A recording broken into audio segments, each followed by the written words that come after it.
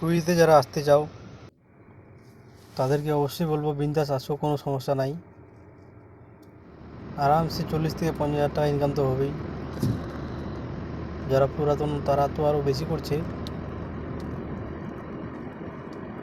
কোনো সমস্যা নাই, আসতে পারো ফুড ডেলিভারি কাজে।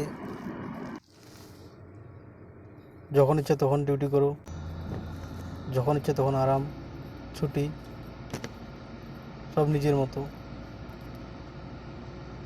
Welcome to Kuwait.